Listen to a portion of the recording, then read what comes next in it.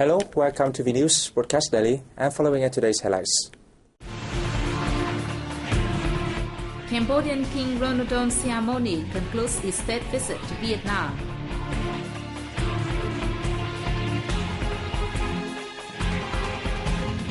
The defense ministers of Vietnam and Thailand signed an agreement on defense cooperation.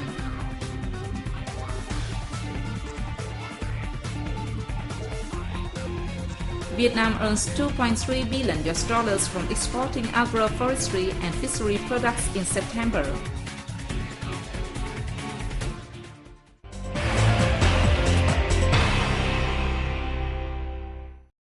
Cambodian King Norodom Sihamoni concludes his state visit to Vietnam on September 26th. The day before, the king met with Party General Secretary Nguyen Phu Trọng. The two leaders agreed to bring bilateral friendship and solidarity to a new strategic height.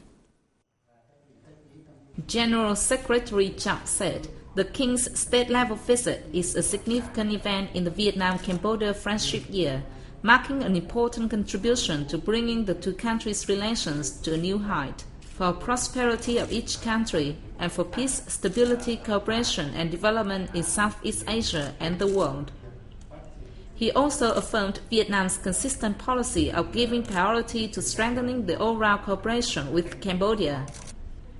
King Sihamoni expressed his belief that under the strong leadership of the Communist Party of Vietnam, the Vietnamese people will continue harvesting greater achievements in the renewal and development process. Both sides agreed that the traditional solidarity and friendship are an invaluable asset of both nations and an important factor in each country's national defense and construction, which needs to be fostered and handed down to later generations. The Defense Minister of Thailand, General Sukumpong Suwanathat, is paying an official visit to Vietnam at the invitation of Defense Minister General Phùng Quang Thanh. The two ministers signed an agreement on defense cooperation following the talks in Hanoi on September 26. The same day, Prime Minister Nguyễn Tấn Dũng hosted a reception for the Thai Defense Minister, where he affirmed the Vietnamese government's constant support for cooperation activities between the two defense. The Prime Minister said Minister Suwanathat's visit is a practical contribution to promoting all-faceted cooperation between the two countries, as well as peace, cooperation and development in the region. He also proposed both sides enhance linkages in food production and exports. The Thai Minister said the Thai Ministry of Defense will closely work with its Vietnamese partner in deploying cooperation agreements, contributing to increasing the two countries' cooperative ties in all fields.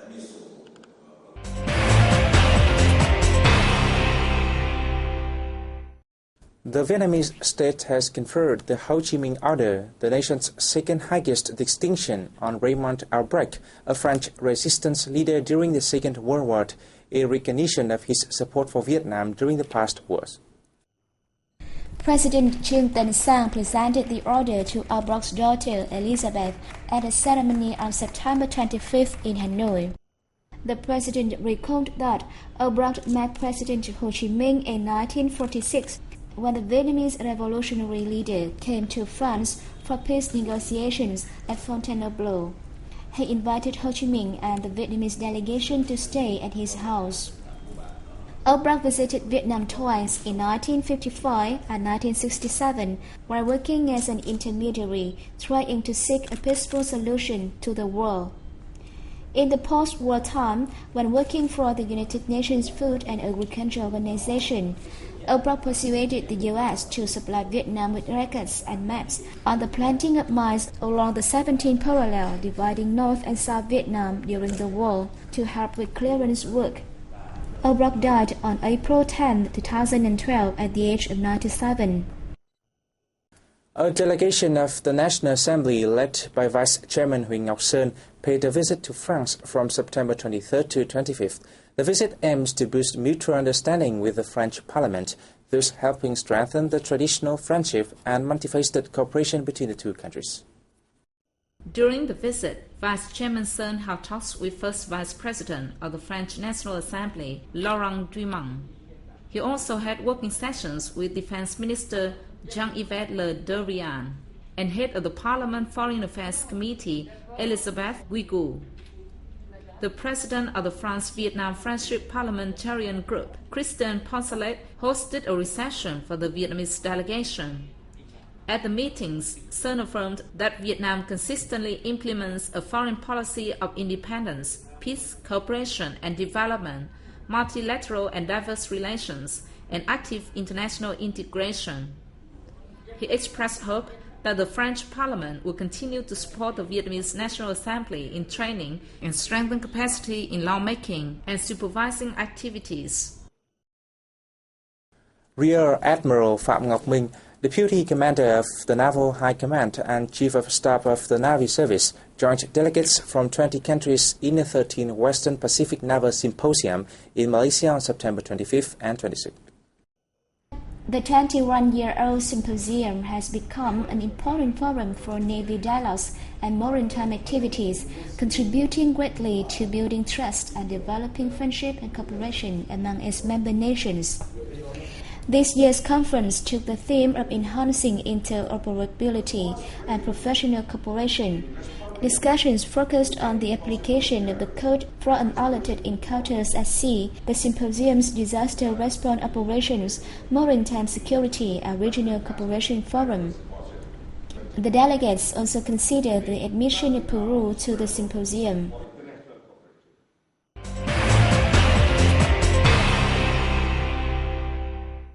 Vietnam earned $2.3 billion from exporting agroforestry and fishery products in September, bringing the total revenue for 9 months of this year to $20.1 billion, up 10.2% year-on-year.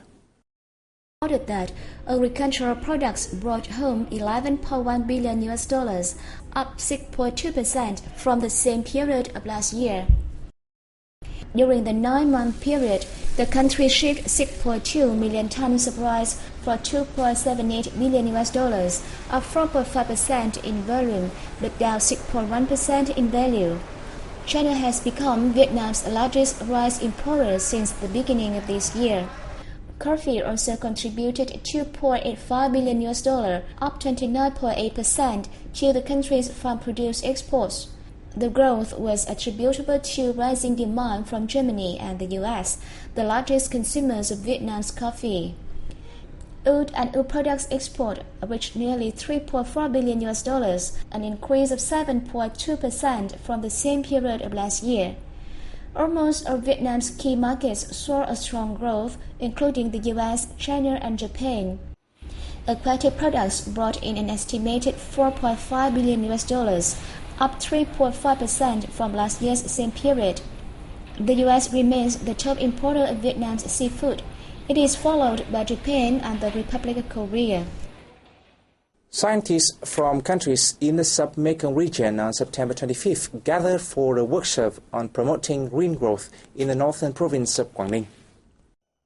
The workshop is an initiative of the regional academic circles with the aim of promoting academic exchange and experience sharing, as well as raising local policy makers' capacity in green growth promotion. The Mekong sub-region is rich in natural resources, but its ecological system is fragile.